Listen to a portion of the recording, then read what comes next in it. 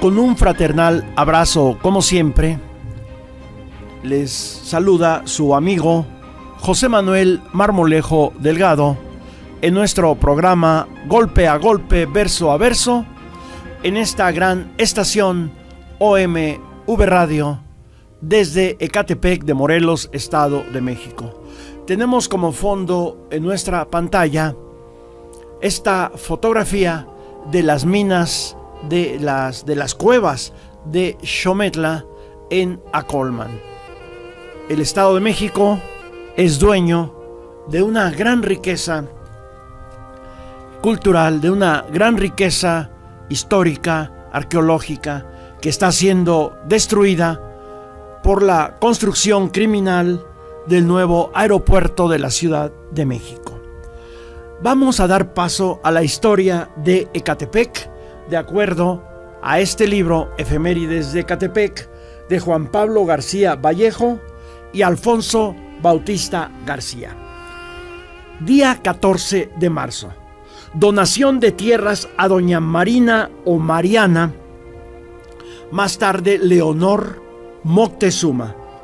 Doña Mariana Leonor Sushimatzin Moctezuma, princesa de Ecatepec, se casó con el conquistador Juan Páez, que en varios textos aparece como Juan Paz, y recibió como dote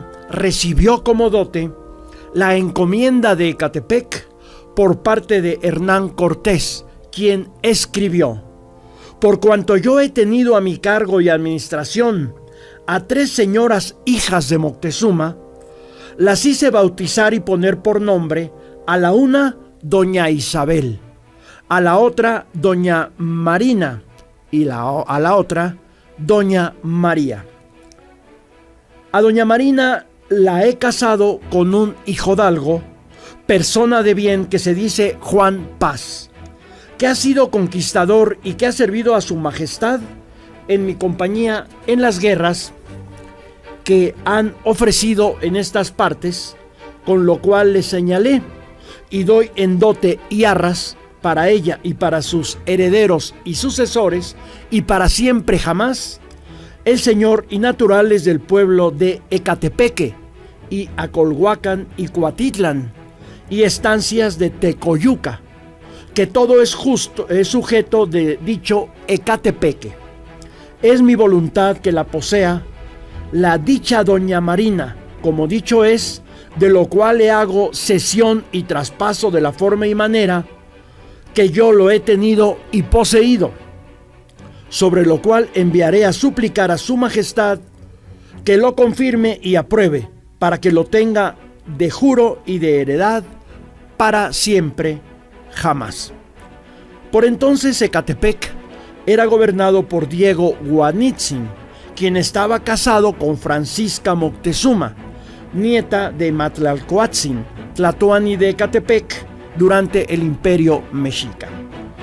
Guanitzin, también gobernador de Tenochtitlan, consideraba la entrega de la encomienda de Ecatepec a Mariana Moctezuma como una usurpación de los nobles derechos de su esposa Francisca Moctezuma. Las poblaciones sujetas a Ecatepec, que se encontraban en los linderos de su jurisdicción, provocaron disputas entre encomenderos vecinos, sobre todo en lo correspondiente a las jurisdicciones de mercados reales y caballerías entregadas por la corona. Desde entonces, los encomenderos indígenas, criollos o mestizos y los gobiernos indígenas de San Juan Tenochtitlan y Santiago Tlatelolco tuvieron muchos conflictos por la propiedad de esta encomienda. Estas disputas por la tierra van a ser constantes a partir de ese momento, pues es parte de la historia tan importante, tan rica, tan variada de nuestro municipio Ecatepec de Morelos, Estado de México. Ahora retornamos a nuestra temática general. Estábamos hablando en la sesión pasada de la educación racionalista cómo se fue instituyendo en nuestro país, particularmente en Mérida, particularmente en Yucatán. Los racionalistas sostenían que toda imposición a sus facultades mentales sería un atentado a los derechos. La educación, o más bien la domesticación, en que encaja bien la religión, agitaba la existencia del cuerpo y del alma, y para cada parte había sistemas adecuados para sujetar al alumno y hacerlo dócil, servil, hipócrita, cobarde, empleómano y parásito. Esa era la educación religiosa. La educación actual no es dualista, sino monista, por lo que la educación es antagónica a la religión, decían los racionalistas. La escuela debería ser libre de dogmas, prejuicios y fanatismos. Su implantación sería la consolidación de las conquistas revolucionarias. Bueno, pues esta información la hemos obtenido del libro Los lunes rojos, la educación racionalista en México, de Carlos Martínez Azad. Los lunes rojos fueron una importante experiencia educativa y societaria en Yucatán, tal como lo indica el profesor Edmundo Bolio. En esa entidad, la educación racionalista tuvo una especial acogida a finales del siglo XIX.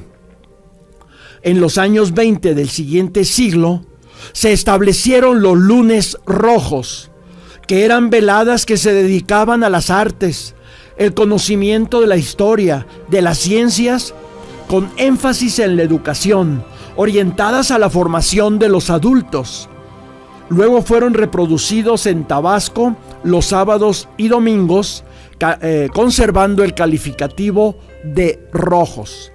En el libro de Carlos Martínez Azad se reproducen los acuerdos de la Asamblea Cultural del lunes 27 de enero de 1923, organizada por el profesor Edmundo Bolio, jefe del Departamento Cultural de la Liga Central de Resistencia del Partido Socialista del Sureste, en el que se programó el trabajo a desarrollar a lo largo de aquel año, llevando por objetivo el desenvolvimiento moral e intelectual de los socialistas.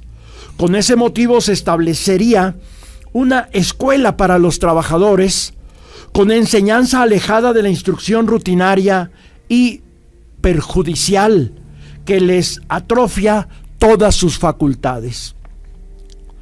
La escuela, que era esencialmente para obreros, enseñaría las ciencias en teoría, pero sobre todo en sentido racional y práctico. Los trabajadores dejaran de ser simples autómatas que trabajan bajo la dirección de capataces y maestros directores que aprovechan en beneficio propio todas sus actividades.